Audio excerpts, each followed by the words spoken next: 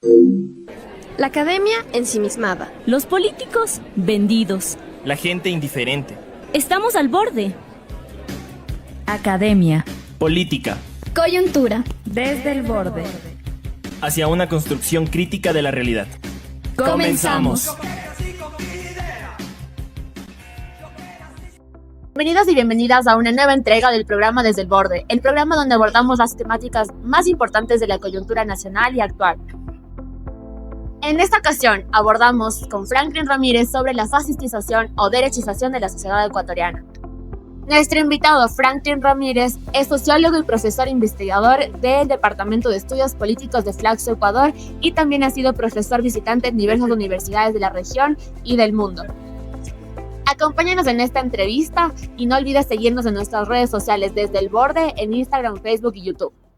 Bienvenidos todos y todas a este espacio. El tema de hoy es sobre la derechización de la sociedad ecuatoriana. Bienvenido Franklin, qué gusto tenerte en este espacio y contar con tu mirada crítica sobre esto. Quisiera empezar preguntándote, primero, ¿cómo leemos las elecciones de abril pasado, los resultados de las elecciones, que creo que fueron, digamos, un resultado que nos tomó por sorpresa a muchos, que todavía seguimos con los estragos de esta contienda, y también cómo entender esto conectado, digamos, a un contexto mucho más amplio de la sociedad ecuatoriana, y no solo de la ecuatoriana, sino algo que está pasando en el mundo también, y esta creciente deslegitimización de los movimientos de izquierda, de los partidos de izquierda, y también del permanente giro de la derecha, digamos, hacia la derecha por parte de la sociedad. Gracias por la invitación y por el diálogo que vamos a tener hoy. Yo separaría dos cosas, ¿no? La una es lo que yo denomino un ciclo de radicalización de la derecha ecuatoriana que va en consonancia con la radicalización de la derecha a nivel global, ¿no? Este es un momento que desde la elección del primer periodo de Trump, que coincidió con el de Bolsonaro, un poco antes de la pandemia y a partir de la pandemia de 2020 del COVID, es una tendencia que se aceleró con el auge de discursos libertarios, anarcocapitalistas, de extrema derecha, de fobia a los migrantes, ¿no? De persecución a sectores de la izquierda, del movimiento social, a nivel global, en Europa, donde había todas unas unos intentos de no permitir la participación de la extrema derecha en la asamblea. Todos esos cordones sanitarios han sido avasallados. Digamos, es una tendencia global. Entonces, acá hay un ciclo de radicalización de la derecha ecuatoriana que yo creo que arranca en el gobierno de Moreno. Y con esa radicalización me refiero principalmente a una cosa. Es lo que ahora se conoce como la lógica del enemigo interno, que puede ser también traducida como la incapacidad y la escasa voluntad de la derecha para reconocer a sus adversarios en cuanto tales. Entonces, la derecha ecuatoriana viene observando a sus adversarios como enemigos.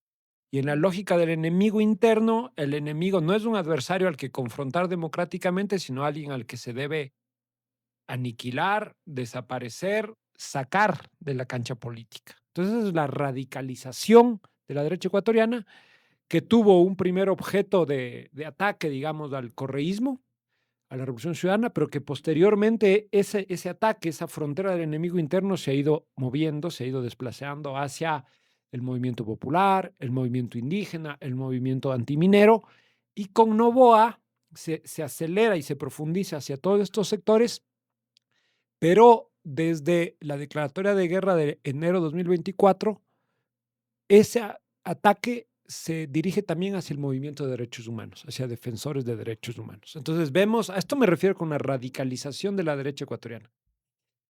Hemos visto esto que pasó con Moreno, siguió con Lazo y se ha radicalizado, se ha acelerado con Noboa. Eso no es lo mismo que hablar de la derechización de la sociedad.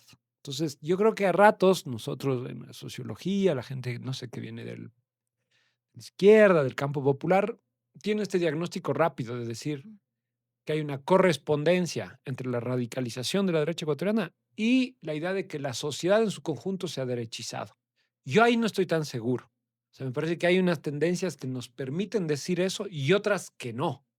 Me parece que todavía la investigación social, la investigación sociológica, politológica en el Ecuador debe dar cuenta mejor de esta cuestión.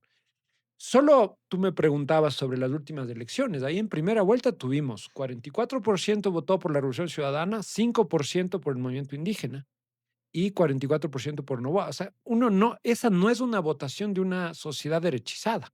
La votación de la Revolución Ciudadana, que es un partido de centroizquierdas con una agenda de presencia del Estado, de regulación de los mercados, de redistribución de la riqueza.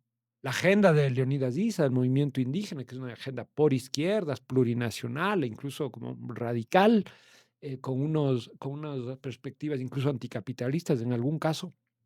Más o menos la mitad de los electores votaron por esos sectores. Esa es una cifra que nos habla de la derechización de la sociedad. Después voy a citar otras, pero yo solo quiero interrogar hasta qué punto nos estamos comiendo el cuento de esa derechización, hasta qué punto eso es un modo de echarle la culpa a la sociedad de por qué la izquierda o las izquierdas de los progresismos pierden, sin observar adecuadamente qué están haciendo esas fuerzas de izquierda para ganar la representación y el voto de la sociedad. Entonces, creo que hay que diferenciar. Y yo diría, entonces solo lo enuncio para explicar después, es que entre esa radicalización de la derecha ecuatoriana, que esto sí me parece que es demostrable, documentable, nítido y que se ve sobre todo, yo creo que el acto por excelencia que reveló esa es el ataque a la Embajada de México de Novoa, así como toda la brutalidad por encima de los convenios internacionales, de los derechos humanos, como una lógica del enemigo interno, cueste lo que cueste y sin límites institucionales voy a hacer ese golpe. Eso es una cosa. La otra cosa es saber si efectivamente estamos ante una derechización de la sociedad. Ahí hay un signo de interrogación. Y el tercer punto que es clave para seguir esta reflexión es la tolerancia / aclamación / celebración / apoyo de la sociedad a la lógica de la guerra interna, a la lógica de la militarización de la seguridad. Entonces, ahí sí hay una cosa que los datos nos dicen que la gente está de acuerdo con la política de mano dura, de punitivismo, de guerra interna, de militarización, de perfilamiento racial, de la buquelización de Novoa. En eso está de acuerdo. Ahora, ¿hasta qué punto ese acuerdo con esa tendencia puede ser explicada, denominada como efecto, como parte de la derechización de la sociedad? Yo ahí tengo mis dudas. No quiero decir que no, pero quizás hay que distinguir la derechización. ¿A qué se refiere eso exactamente? Cuando ustedes hacen esa pregunta, ¿en qué están pensando? ¿Por qué dicen que hay esa derechización? ¿Solo porque ganó Novoa? ¿Esa es la razón para decir? ¿O por qué? ¿Ya? Entonces, ahí es un signo de interrogación y yo no quiero cerrarlo. Y otra cosa es, ¿no?, ese apoyo a la guerra, esa lógica como de securitización, de militarismo, de mano dura. Eso es la señal que nos permite decir que hay derechización. Porque puede haber también, de hecho, Bukele mismo, él no se confiesa como un tipo de derechas. Él viene del Frente Farabundo, en su acción pública usa el Estado, hay política social, hay inversiones públicas, lo que no hay acá, ¿eh? O sea, no es tan nítido eso. Yo quiero argumentar como un poco más, pero podemos seguir dialogando. Gracias, Franklin. Y, por ejemplo, tú nos hablabas de esta selección del enemigo interno. Aquí hubo una declaratoria de, digamos, interna de conflicto armado. Entonces, ¿cómo también esto se ha anclado, por ejemplo, a casos tan graves como el de los niños de los 4 niños de las Malvinas? Y, digamos, yo entiendo esta diferencia que haces sobre la radicalización de la derecha y diferenciar sobre una derechización de la sociedad, pero que finalmente yo veo que no incidió un montón en los resultados electorales y como hubiéramos esperado que incida, digamos, un caso tan grave que conmocionó mundialmente, no incidió y no cambió. Muchos de los votantes se mantuvieron en este respaldo, no va a pesar de que no hubo digamos, un sentido pésame a la familia, no hubo una responsabilidad por parte del Estado, no hubo tampoco, digamos, esta forma de hacerse cargo, ¿no? Entonces, como también esto le anclamos a lo del enemigo interno, entonces, finalmente, ¿qué vidas nos importan? Y justo lo que decías, o sea, como esta militarización, esta creciente popularidad de la política de la mano dura y la vocalización de la política. Entonces eso no nos permite llegar a un diagnóstico de que sí hay un giro a la derecha, no solo, digamos, responsabilizando a los votantes, sino que creo que se está volteando mucho más grave el sentido común, digamos, no solo en Ecuador, sino mundialmente. Ujú. O sea, hay un registro ahí, hay un registro, ¿no? Esto que planteas de los 4 niños de las Malvinas, yo creo que es clave para entender un poco qué está Ujú. pasando en la sociedad. Algunas encuestas indicaban que algo así como entre el 55 y el 60% de la sociedad, después de estas encuestas hechas en enero, rechazaban lo que el modo de proceder del gobierno y las Fuerzas Armadas respecto a las Malvinas. O sea, cuando les preguntabas, ¿usted qué opina? Hay un desacuerdo, hay un rechazo. No es que lo aplaudieron.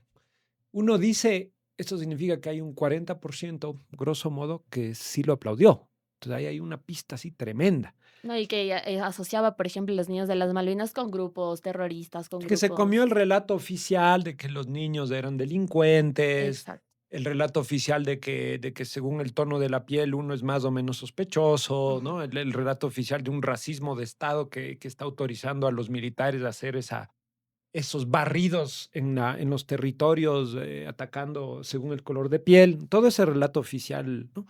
Que el gobierno aceleró a partir del caso de los niños de las Malvinas, ¿no? Entonces, pero no, 60% como no, 40 sí, con lo cual es muchísimo. Yo también cuando vi ese dato, yo me imaginé que iba a ser, no sé, como que pues significa que hay 4 de cada 10 ecuatorianos ven como legítimo, necesario eso, ¿no? Que este es el discurso del punitivismo, el discurso del hombre duro, que es quizás en las circunstancias, esto cito, ¿no? Ese es el discurso. Cuando las circunstancias de violencia y de inseguridad son tan extremas, debemos de estar dispuestos a sacrificar el Estado de Derecho, los derechos humanos y la democracia. Este es el discurso.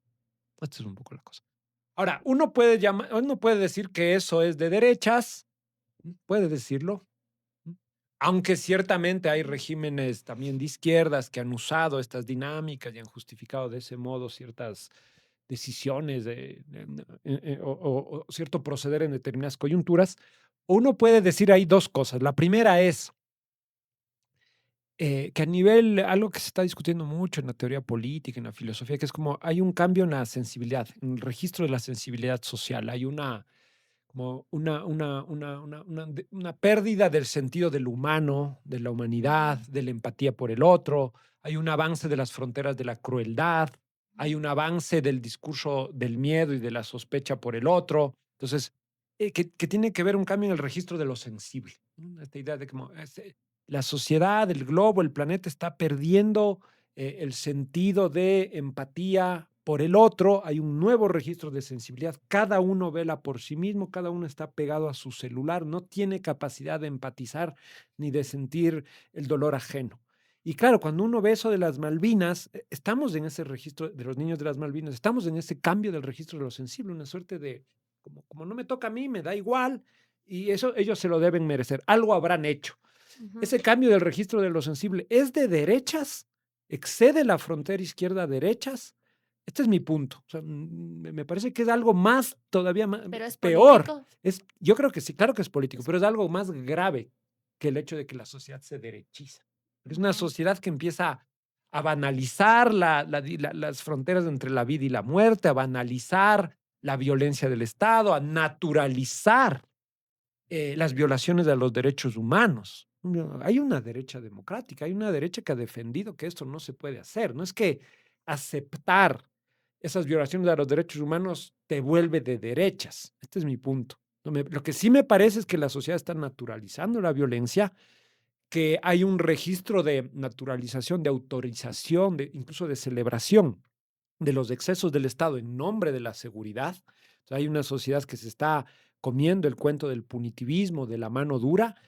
Yo diría, puede haber una lógica así como de fascistización que no necesariamente comporta una derechización. ¿A qué me refiero con esto? Les voy a dar una encuesta que acabamos de terminar hace poco en jóvenes de 15 a 35 años en el Ecuador. Datos. El Estado debe garantizar el acceso gratuito a todos y todas a la educación y salud de calidad. O sea, ¿ustedes están de acuerdo que haya Estado y política social? Más o menos, cerca del 80% de los jóvenes están de acuerdo. cerca del 80%, que eso es una tesis de izquierdas. La educación sexual integral debería ser un tema prioritario en los currículos escolares. Más del 75% están de acuerdo. Las personas deben tener completa libertad para decidir su orientación sexual y su identidad de género.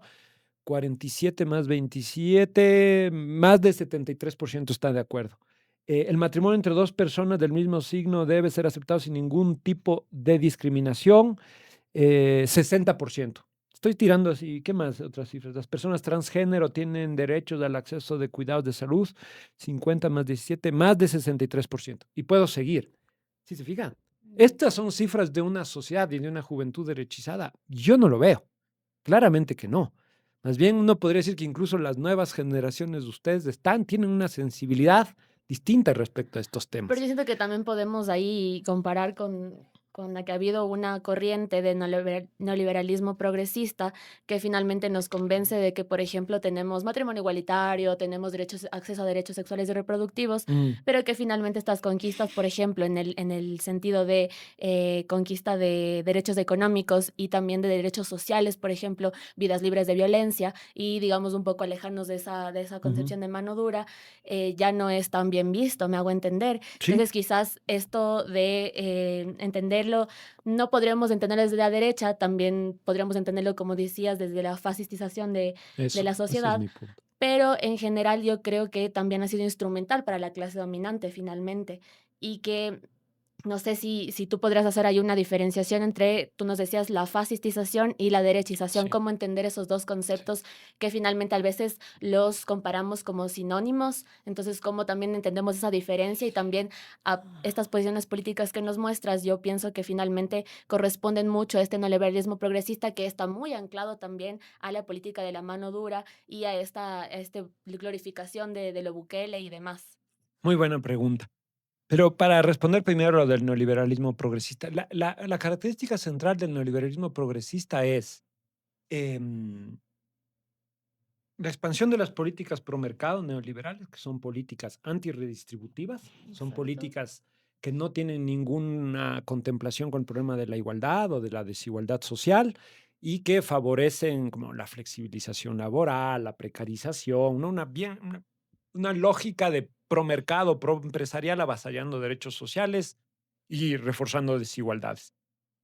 Entonces, el neoliberalismo progresista tiene esto en un brazo, va en esta lógica como de pro capital, pro empresarial, para decirlo brevemente, y por otro lado es progresista porque es sensible a temas de diversidad sexogenérica, de identidades étnicas, de plurinacionalidad. Esa es un poco la idea del neoliberalismo progresista.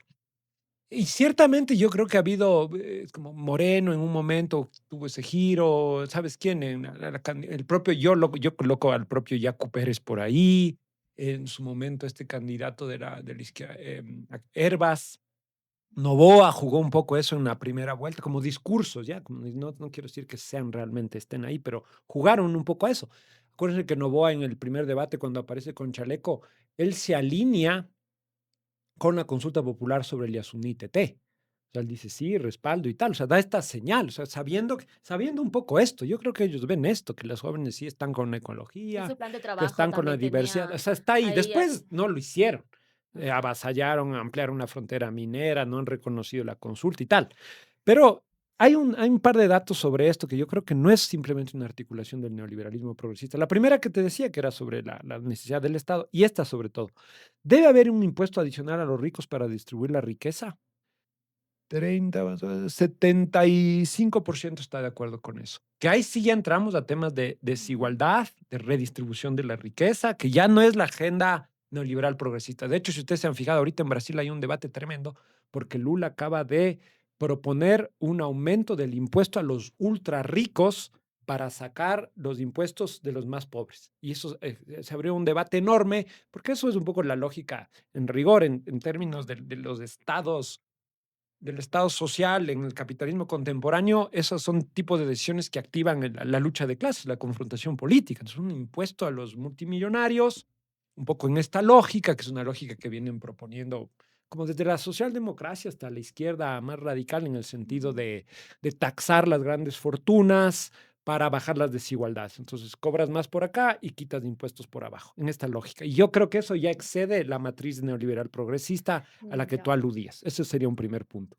Y los jóvenes tienen sensibilidad con esto. Y yo digo, esto es una muestra un poco que expresa mi duda.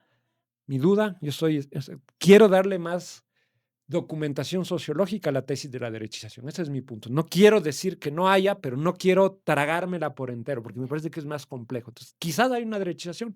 Esta evidencia que yo tengo aquí muestra que no es tan nítida y tan pura como podemos ver. Si ustedes ven las encuestas de los jóvenes hombres en Argentina, votantes de Bukele, esa sí es una derechización nítida, perdón, de Milei.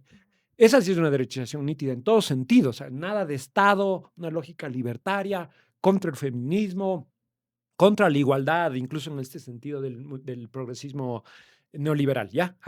Yo, por lo que veo acá, no veo eso. No me permite decir eso y tengo varias encuestas, no puedo citar aquí, que me permiten dudar de esa lógica, aunque hay ya, eso es una cosa. La otra que me preguntabas tú es de ese cambio en el registro de lo sensible, en las fronteras de la vida y la muerte, esa suerte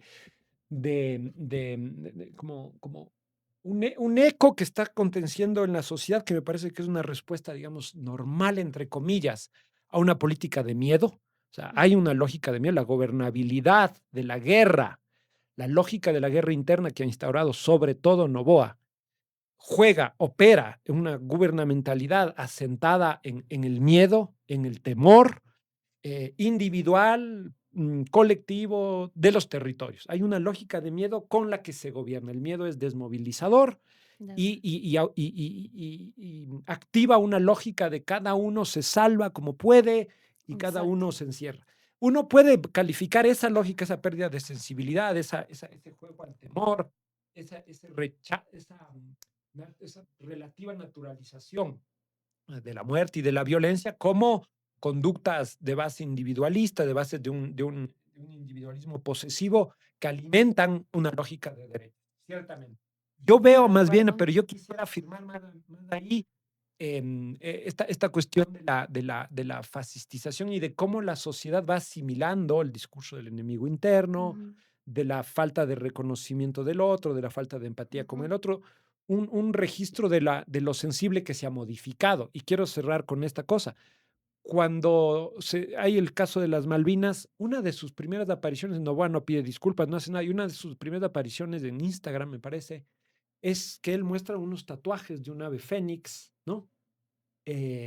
Sin haber dicho nada, ni disculpado, ni expresado un pésame, ni nada. Una de sus primeras apariciones es para enseñar su brazo musculoso con unos tatuajes, que es un signo de crueldad brutal. Es decir, yo les hice quitar los tatuajes a todos estos jóvenes a los que hicimos perfilamiento racial, porque esos tatuajes son de los GDOs y de los lobos y tal, pero yo sí puedo usar. Es como una marca así de poder, de potencia, de la legitimidad de unos cuerpos blancos, cuidados versus los otros, ¿no? Una lógica de crueldad que es un nivel superior al del ejercicio del miedo, ¿no? Es como, y esta es la lógica que está gobernando. Entonces, me parece que una sociedad atemorizada, ¿no? Con unos niveles de violencia descomunales, porque yo creo que no logramos, a ver, Ecuador ya es uno de los países más peligrosos, más violentos del mundo. Sí, entonces, esa sociedad está marcando un giro, una sensibilidad que abriría esta suerte de legitimación del fascismo de Estado.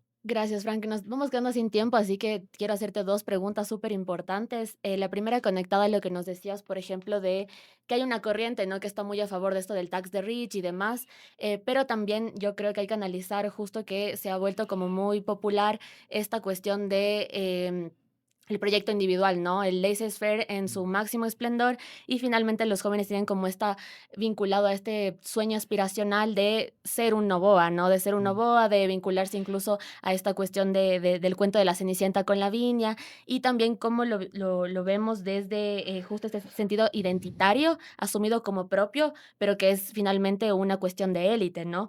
Y también se ha vinculado incluso con valores familiares como de retorno a esto de la familia tradicional y de la familia, digamos, blanca, justo. y que es benefactora además. O sea, es una familia benefactora que ha hecho caridad toda su vida y que volvemos como a esta cuestión también de lo respetable. Y yo ahí lo vinculo un montón con, quizás sí, los jóvenes están con esto del tax de rich, pero también, digamos, tienen este sueño de yo quiero ser el rico al que le pongan los impuestos, me hago entender, y quiero ser un Noboa que tenga una Lavinia, y quiero ser un Noboa que pueda, digamos, ejercer, digamos, este poder, no solo, digamos, en lo económico, sino en lo identitario y simbólico. Yo estoy de acuerdo contigo y con esa formulación en general, pero me preocupa tanto en términos como intelectuales, académicos y políticos que tengamos solo esa visión de la sociedad. O sea, no, me parece que no podemos generalizar. Sí hay unos sectores que ven esos espirales de movilidad que se ven reflejados en los imaginarios faranduleros blancos del jet set de Lavinia y Daniel Noboa, pero eso no es toda nuestra sociedad. Hay otros, y es fundamental verlo, porque si no, esto es como que estamos haciendo tierra arrasada. ¿Qué otros imaginarios deberíamos ver? A mí me parece que hay unos imaginarios, en esta encuesta hay unos imaginarios democráticos, por ejemplo, muy fuertes. Hay una idea de la democracia, de la soberanía popular, del pueblo como principal eje, sujeto político de las democracias contemporáneas. Me parece que hay unas dinámicas de articulación más comunal, barrial, territorial. Hay unos elementos de solidaridad que están ahí. O sea, tengo la impresión que desde los sectores críticos estamos viendo solo un lado y estamos haciendo una lectura como, no, es que la sociedad, todos quieren ser como Noboa y Lavinia y por eso votan por Lavinia y está derechizado y ya está. Me parece que incluso para reconstruir los polos de la crítica, de la organización política, la resistencia, hay que saber reconocer mejor de qué material está hecho ahorita la sociedad, cuáles son sus sueños, sus aspiraciones, el nivel de precariedad y de injusticia social que nos ha llevado a una profundización de los últimos años del modelo neoliberal es tan grande y me parece que ahí hay un sedimento como material para recomponer las cosas. La gente tiene una idea de que esto es injusto, la gente tiene una idea de que le está pasando mal.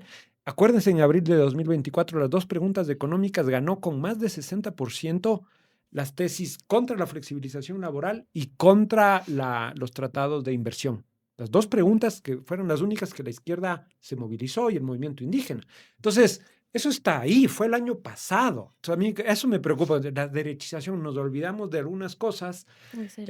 Hay una derrota electoral, yo creo que también una derrota política, ideológica, ciertamente, de la Revolución Ciudadana en el movimiento indígena, pero esa derrota no necesariamente debe ser leído como una derechización plana y profunda de la sociedad que nos lleva a otro terreno de acción política. Me parece que hay que reconocer mejor las tendencias que son más contradictorias, tanto en las juventudes como en el conjunto de la sociedad, ver ahí las dinámicas democráticas, de cooperativas, de cuidado de los bienes comunes. La cuestión del medio ambiente es clave, no solo es un registro de progresismo neoliberal, sino que hay otra cosa, incluso dinámicas anticapitalistas. Me parece que hay que ver este conjunto de la articulación social para entender mejor la posibilidad de las resistencias. Entonces nos da mucha esperanza eso y no sé si mucha, pero digo, hay que ver. Un poco más de esperanza.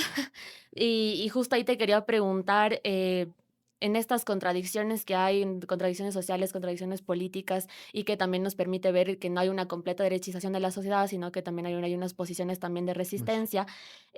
¿Cómo armar un proyecto político en base a lo que tenemos de cara a estos 4 años, que va a ser 4 años de destrucción de lo público?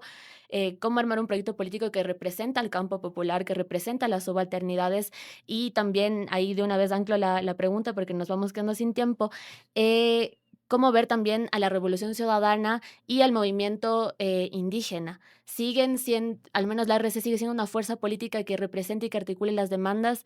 ¿Cómo nos relacionamos también como con este partido que es finalmente, yo digo, el que tiene mayor fuerza electoral, ¿no?, para representar las demandas del campo popular? Me hiciste muchas preguntas para 2 minutos. Sí. A ver, lo primero, a mí me parece que hay una clave que surgió en este último año, no solo en las elecciones, que es una clave de la unidad del campo popular, como una unidad entendida como un acercamiento, una confluencia entre diversos sectores. Me parece que esa es una tesis más fundamental que nunca ahora. Leonidas Diza dijo algo clave en lo que yo globalmente concuerdo cuando él dijo, en la segunda vuelta hay una confrontación entre el fascismo y la socialdemocracia. ¿Ya? Lo de la socialdemocracia no estoy muy seguro, pero no viene al caso, pero dijo el fascismo y el momento en que denominó a Noboa y a su proyecto de poder fascismo, eso justifica y exige la formación de un frente antifascista, de una unidad democrática popular antifascista. No hay otro modo. O sea, vos no puedes hacer equivalente la socialdemocracia o la izquierda blanda, incluso el neoliberalismo progresista y el fascismo. No Ya. puedes volver equivalente. Y Issa leyó así políticamente. Si eso es del fascismo, si esta guerra, esta gente es del fascismo, todos los que no somos fascistas nos debemos unir. Que fue un poco lo que hizo Lula cuando derrotó a Bolsonaro. O sea, ahí es un frente donde entró la derecha democrática, la centroderecha, todo el campo Movimientos popular. sociales. Entonces, a mí me parece que hay una clave de unidad que ya no es simplemente electoral, sino que las luchas deben acercarse, las luchas deben traducirse, deben conectar, no es que el movimiento indígena por un lado, las mujeres por otro, los ecologistas por otro, hay un trabajo que se da en el propio terreno de la sociedad civil, Un como anillo de arena principal demandas. de la política, esas luchas deben articular, escucharse unas a otras y producir un polo de unificación mínima, que es social. No solo proviene de la RC o de la CONAI, tiene que ser social, societal. Entonces, multiplicar los debates, lo que hacen ustedes, del pensamiento crítico, la esfera pública, conectar las organizaciones de la sociedad civil con los conflictos reales de la gente en los territorios. La sociedad me parece que es el terreno fundamental ahora para resistir este periodo, la propia sociedad. Ahora, eso no significa desconectar ni desconocer el lugar de los actores políticos. Y ahí, mal que mal y con todos sus tropiezos, yo concuerdo contigo, la Revolución Ciudadana, y voy a decir ahora, los 60 asambleístas, me parece que ese es el dato que tiene en la Asamblea la Revolución Ciudadana, es el único pedazo de oposición democrática que tiene en este momento Novoa. No hay más, no existe otra cosa. Y quizás vamos a ver cómo reacciona la Corte Constitucional, que puede ser una instancia de moderación de algunas decisiones del Ejecutivo. Contrapeso. Pero claro, de contrapeso, pero eso no es un actor político y tal, sino que es una alta corte que está por encima de las otras y que ahora nos va a decir si estas 4 leyes o 3 que aprobó Novoa, que son inconstitucionales, vamos a ver cómo juega la Corte Constitucional. Pero yo te digo, los 2 sedimentos institucionales de oposición que quedan son el bloque de la Revolución Ciudadana en la Asamblea, en minoría, muy amordazado, sin control de ninguna comisión, sin poder institucional efectivo, y la Corte Constitucional. Todo lo demás está cooptado y controlado por el Poder Ejecutivo, por el bloque de seguridad, por los militares en primera línea. Todo esto está así. Entonces, hay que reconocer la reducción, la reducción del espacio de la oposición política, de la oposición institucional. La CONAI ahora mismo atraviesa, yo diría, problemas internos, unas rupturas entre la propia CONAI de Leonidas Issa y Pachacuti, que hay una tensión ahí. Entonces vemos como que los 2 grandes actores de la oposición, que son la RC y la CONAI está soportando un golpe fuerte, está como en shock, todavía no reacciona. Es normal, me parece que tiene que pasar un tiempo, pero para cerrar, esos actores tendrán sus respuestas, habrá que ver cómo siguen. Hay que exigirle, sobre todo a la Revolución Ciudadana, que abra su bancada y esos votos a las demandas sociales, que se conecte con el conflicto social, que se conecte con la organización social. La Revolución Ciudadana no puede seguir defendiendo solo la agenda correísta, sino es que tiene que defender una agenda del conjunto de los intereses nacional Más populares. amplia. Ha habido un repliegue en los últimos años y gran parte de las derrotas de los últimos años se explican por ese repliegue. La Revolución Ciudadana era un actor que defendía una agenda nacional popular universal, general. En los últimos años hubo un giro correísta, o sea, de defender a Glass, con toda la legitimidad que pueda tener esa defensa, pero eso se volvió la bandera principal. Entonces me parece que hay que la Revolución Ciudadana debe abrirse otra vez hacia la sociedad y la sociedad debe también reclamarle y exigirle esa apertura, con lo cual quiero decir que este polo de unidad y este momento de resistencia requiere conexiones entre lo social y lo político. No es solo lo social ni solo lo político. Eso es volver a caer en un error que la izquierda ecuatoriana ha caído sistemáticamente en los últimos años, como la autonomía de la sociedad sobre la política o la política jugando solo a ganar elecciones. Eso ha sido la receta de las derrotas en los últimos 8 años. Me parece que eso hay que superar. Muchas gracias, Franklin. Qué importante este diálogo. Les agradecemos un montón a todos los que nos escucharon. Y bueno, ahí nos quedamos. Gracias.